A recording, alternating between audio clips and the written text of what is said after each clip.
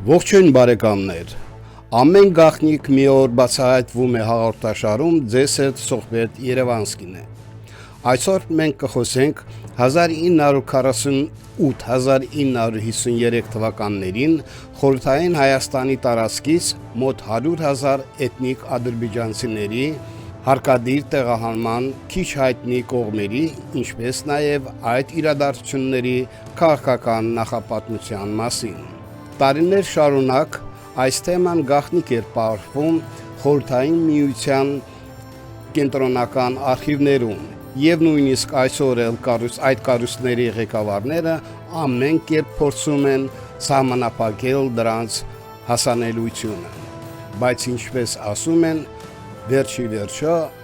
ամեն մի գաղտնիք մի օր բացահայտվում է։ Այսօր ես ձեր ուշադրությանը կներկայացնեմ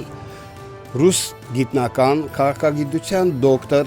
Սերգեյ Մոշկինի մոռացված տեղահանությունը կամ էթնիկ ադրբեջանցիների հարկադիր վերաբնակեցումը հայկական ԽՍՀՄ տարածքից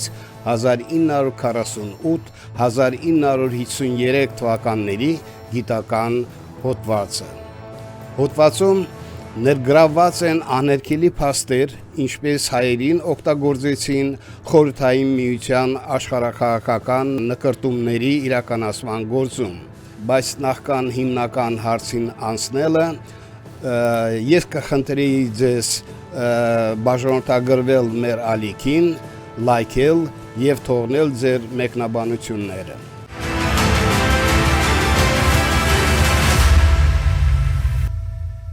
Եվ այսպես արդեն իր հոդվածի նախաբանում Սերգեյ Մոշկինը նշում է, որ այդ տարիներին խորհրդային միությունը հաղթանակ տանելով երկրորդ համաշխարհային պատերազմում իր ռազմական հզորության եւ աշխարհաքաղաքական հեղինակության աճի ալիքի ներքո որոշեց օգտվել իրավիճակից եւ նվաճել այն հողերը, որոնք ըստ 1921 թվականի պայմանագրի վերադարձվեցին Թուրքիային։ Սովետա-թուրքական սահմանի վերանայման պաշտոնական Մոսկվայի փաստարկներից մեկը արտասահմանից ԽՍՀՄ զանգվածաբար գաղթած հայ հայրենադարձների վերադարձման անհրաժեշտության մասին թեզն էր, իրենց ցեղակիցների հետ վերամիավորվելու համար մեկ հայկական պետության հայկական ԽՍՀՄ-ի շրջանակներում։ Այդ նպատակով ԽՍՀՄ արտասահմանյան հաստատությունները լայնածավալ քարոզչական արշավ սկսեցին արտասահմանցի հայերին ԽՍՀՄ տեղափոխելու համար։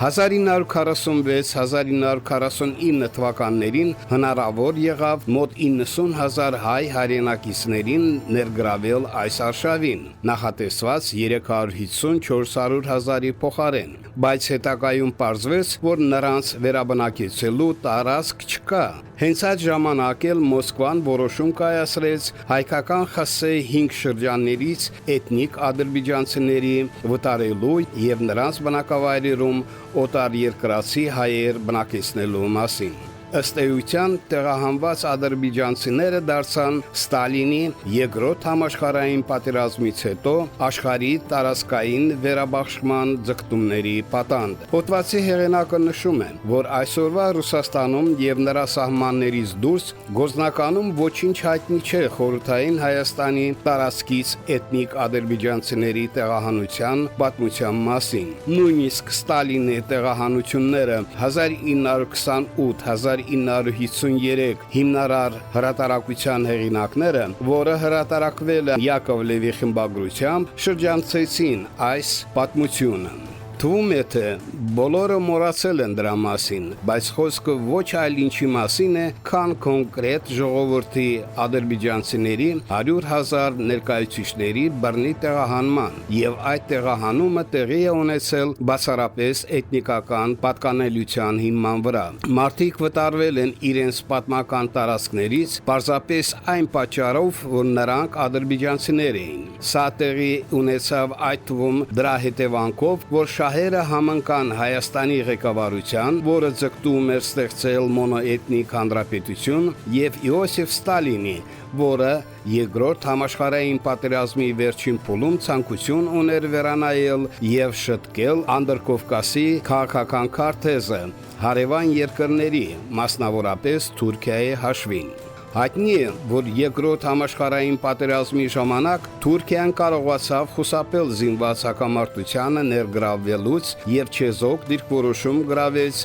երկու պատերազմող կոալիցիաների նկատմամբ։ Դեռևս 1939 թվականին Թուրքիան կնքեց պայմանագրեր Ֆրանսիայի եւ Մեծ Բրիտանիայի հետ միջերկրածովյան տարածաշրջանում ագրեսիայի դեպքում փոխօգնության մասին, իսկ 1941 թվականի ամռանը բարեկամության եւ չհարձակման մասին պայմանագիր նացիստական Գերմանիայի հետ։ 1941 թվականի հունիսի 25-ին Գերմանիայի կողմից ԽՍՀՄ ներխուժումից անմիջապես հետո Թուրքիան հայտարարեց արտաքին քաղաքականության մեջ իր չեզոքության եւ պատերազմին չմասնակցելու մասին։ Սկզբում Մոսկվան գոհ էր Թուրքիայի չեզոքությանը։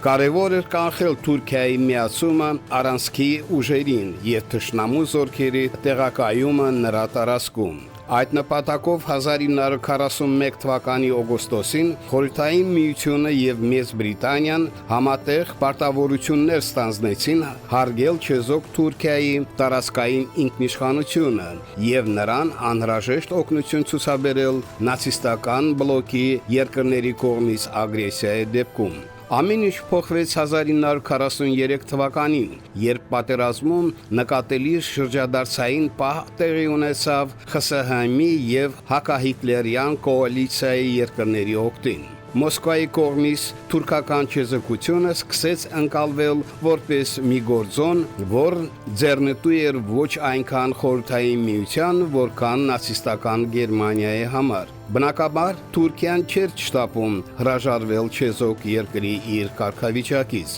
թե ինչ պահանջներ ուներ Մոսկվան Թուրքիայի դեմ, բավականին արագ պարզ դարձավ։ Արտաքին գործերի ժողովրդական կոմիսարիատը Կրեմլից ստացավ առաջադրանք պատրաստել պատմական եւ հողմային վերլուծական փաստաթղթերի պատետ ԽՍՀՄ-ի եւ Թուրքիայի միջև տարածքային կարգավորման եւ սահմանի որոշման հարցերի վերաբերյալ։ Քննարկումը հիմնականում վերաբերում էր նախկին ռուսական կայսրության զավթած տարածքներին, որոնք, ինչպես նշում է Մոշկինը, բոլշևիկները կամավոր կերպով 1921 թվականին վերադարձրեցին Քեմալական Թուրքիային։ Այդ ժամանակ Լենինի գլխավորությամբ խորհրդային ղեկավարությունը մտահոգված արտասահմանում քաղաքական դաշնակիցներ փնտրելով եւ Ասիայի գաղափարախոսական ներթափանցմամբ թուրքերին վերադարձրեց Աղդահանը, Արդվինը, Կարսը, Սուրմալուն, որտեղ բնակվում են նաեւ հայերը,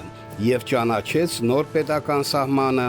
իր հարավային հարևանի հետ։ Այժմ պատերազմի ավարտին Մոսկվան որոշել է կրկին քննարկել սահմանի սահմանազատման հարցը Անկարայի հետ։ ԽՍՀՄ սկսեց դիվանագիտական ճնշում գործադրել Թուրքիայի վրա։ 1945 թվականի մարտին ԽՍՀՄ արտաքին գործերի ժողովրդական կոմիսար Մոլոտովը թուրք դեսպան Սարպերին ուղղակիորեն հայտարարեց, որ գործող խորհրդատուրքական պայմանագիրը կորցրել է իր նշանակությունը եւ կարիք ունի հիմնարար փոփոխությունների։ Երկրորդ համաշխարհային պատերազմում տարած հաղթանակը, ԽՍՀՄ ռազմական հզորությունը եւ աշխարհում հեղինակության աճը Ստալինի ղեկավարությանը եզակի հնարավորություն տվեցին իրականացնելու բոլշևիկների սիրելի երազանքը համաշխարհային հեղափոխությունը։ Թուրքական հարցը այս իմաստով գտնվում էր Կրեմլի հատուկ վերահսկողության ներքո, քանի որ Բալտիկ ծովից մինչև Սև ծով ձգվող խորհրդային սահմանների ողջ երկարությամբ Թուրքիան մնում էր միակ երկիրը,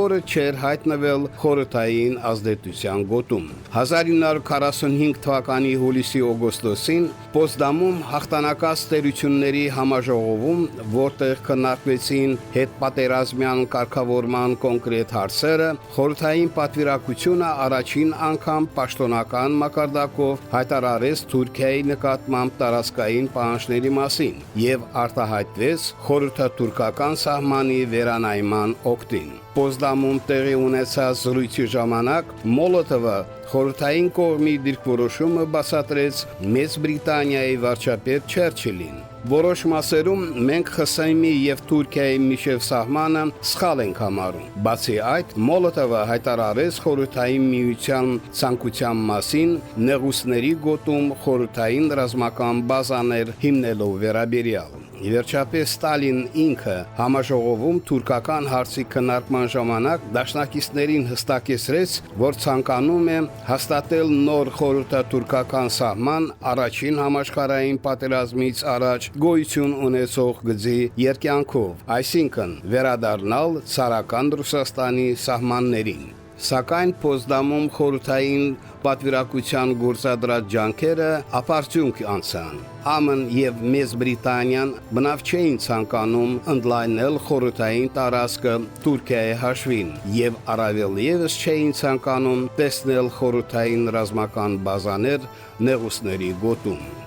Ահա թե ինչպես մեծ տերությունների ղեկավարները փորձում էին բաժանել աշխարհը, հաշվի չառնելով այն հանգամանքը, թե ովքեր են ապրում այդ տարածքներում եւ նրանց ճակատագիրը, թե ինչպես խորհրդային միությունը որդեգրելով ռուսական կայսրության փորձը ուզեց խաղարկել հայկական խաղակարտը Անկարայի վրա ճնշում գործադրելու համար, մենք ձեզ կպատմենք հաջորդ հաղորդումների ժամանակ։ Բարեկամներ, եթե այս թեման ձեզ հետաքրքիր է, մի մոռացեք բաժանորդագրվել մեր ալիքին, լայքել եւ թողնել ձեր մեկնաբանությունները։ Մինչ հաջորդ հաղորդումը։